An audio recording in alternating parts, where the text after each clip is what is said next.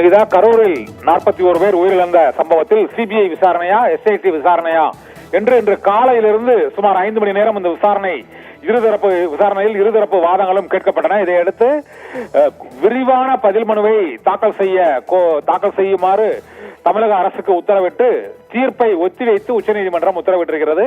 இருதரப்பு வாதங்களும் காலையிலிருந்து காலசாரமாக நடைபெற்றது. பரபரப்பான வாதங்களை இருதரப்பு வழக்கறிஞர்களும் தமிழக அரசு தரப்பில் அபிஷேக் மனு சிங்வி மற்றும் வில்சன் ரவீந்திரன் முகுல் ரோத்தகியும், இதே போல விஜய் தரப்பில் கோபால் நாராயணன், அரிமா சுந்தரம் மற்றும் தர்மசாஸ்திரி உள்ளிட்ட பலரும் அந்த வாதங்களை எடுத்து வைத்தனர். இதில் பாதிக்கப்பட்டவர்களின் உறவினர்கள் தரப்பிலும் அவர்களது வாதங்களும் எடுத்து வைக்கப்பட்டன. இருதரப்பு வாதங்களையும் கேட்டார்கள். கூட்ட நெரிசல் ஏற்படுவது, அனுமதி வழங்கப்பட்டது, அங்கு உடற்கூறாய்வு உடனடியாக செய்யப்பட்டது எப்படி, பலம் 2 நீதிமன்றங்களில் ஒரே வழக்கு விசாரணையில் 2 உத்தரவுகள் எவ்வாறு பிறப்பிக்கப்பட்டது, கரூர் நகரம் மதுரை உயர்நீதிமன்ற கிளையின் கட்டுப்பாட்டில் வருகிறதா, சென்னை உயர்நீதிமன்ற கிளையின் கட்டுப்பாட்டில் வருகிறதா என பல கேள்விகள் எழுப்பப்பட்டன. போதிய காவல்துறை ஏற்பாடுகள் செய்யப்பட்டிருந்ததா என்பது உள்ளிட்ட பல்வேறு கேள்விகளை நீதிபதிகளும் எழுப்பினர். இருதரப்பு வாதங்களிலும் வழக்கறிஞர்களும் எழுப்பினர். 2 தரப்பு வாதங்களையும் கேட்ட பின்னர் தமிழக அரசு தரப்பில் பதில் மனு தாக்கல் செய்ய வேண்டும் என்று நீதிபதிகள் மகேஸ்வரி அஞ்சாரியா தலைமையிலான அமர்வு உத்தரவிட்டு இந்த வழக்கு தீர்ப்பை ஒத்திவைத்து உத்தரவிட்டிருக்கிறது. அதனால் சிபிஐ விசாரணைக்கு மாற்றப்படுமா அல்லது சிறப்பு விசாரணை குழுவான சிறப்பு புலனாய்வு குழுவான எஸ்ஐடி விசாரணை தொடருமா என்ற சஸ்பென்ஸ் தொடர்ந்து நீடித்துக் கொண்டிருக்கிறது.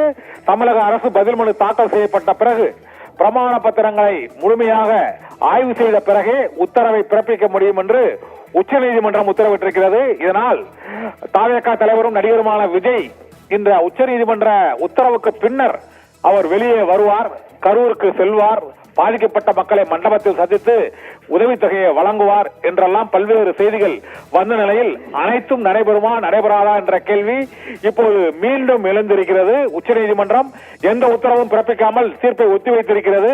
சிபிஐ விசாரணைக்கு மாற்றப்படுமா, எஸ்ஐடி என்று அழைக்கக்கூடிய சிறப்பு புலனாய்வு குழு விசாரணைக்கு இந்த விசாரணை தொடருமா என்ற கேள்வி எழுந்திருக்கிறது. சிபிஐ விசாரணைக்கு மாற்றப்பட்டால் அது கூட்டாட்சி தத்துவத்திற்கே எதிரானது என்று தமிழக அரசு தரப்பில் கடுமையான வாதங்கள் எடுத்து வைக்கப்பட்டது. அங்கு மனுதாரர்கள் தரப்பில் தமிழக அரசுக்கு நெஞ்சில் ஈரமே இல்லாமல் வாதிட்டு வருகிறார்கள் என்று மனுதாரர்கள் தரப்பில் வாதிடப்பட்டது.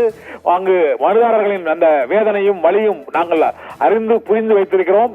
இருந்த போதிலும் இந்த நிகழ்வில் நெரிசல் ஏற்பட்டதால் தான் இந்த வழக்கே கிரிமினல் வழக்காக மாற்றப்பட்டது. நெரிசலில் 40 உயிர்கள் பலிபோன பிறகு அதை எவ்வாறு சாதாரண வழக்காக நடத்த முடியும் என்பதால் தான் அது குற்றவியல் வழக்காக மாற்றப்பட்டது என்று நீதிபதிகளின் கேள்விக்கு தமிழக அரசு பல்வேறு பதில்களை அளித்தது.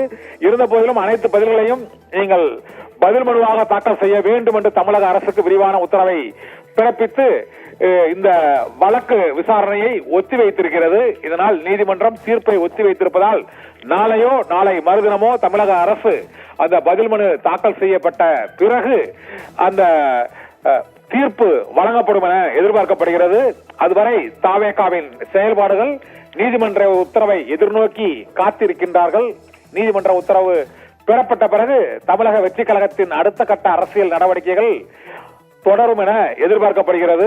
இன்று உச்சநீதிமன்றம் தீர்ப்பு அளித்த பின்னர் அடுத்த கட்டமான செயல்பாடுகளை தாவேகா தீவிரமாக மேற்கொள்ளும் என எதிர்பார்க்கப்பட்ட நிலையில் அதற்கு மேலும் ஒரு தடங்களாக இப்போது உச்சநீதிமன்ற தீர்ப்பு ஒத்திவைக்கப்பட்டிருக்கிறது. ஒத்திவைக்கப்பட்ட தீர்ப்பு எப்போது அளிக்கப்படுகிறதோ அதற்கு பின்னர் தான் இந்த கரூர் துயர வழக்கில் விசாரணை நடவடிக்கைகள் மற்றும் அரசியல் நடவடிக்கைகள் சூடுபிடிக்கும் என எதிர்பார்க்கப்படுகிறது. நிகிதா.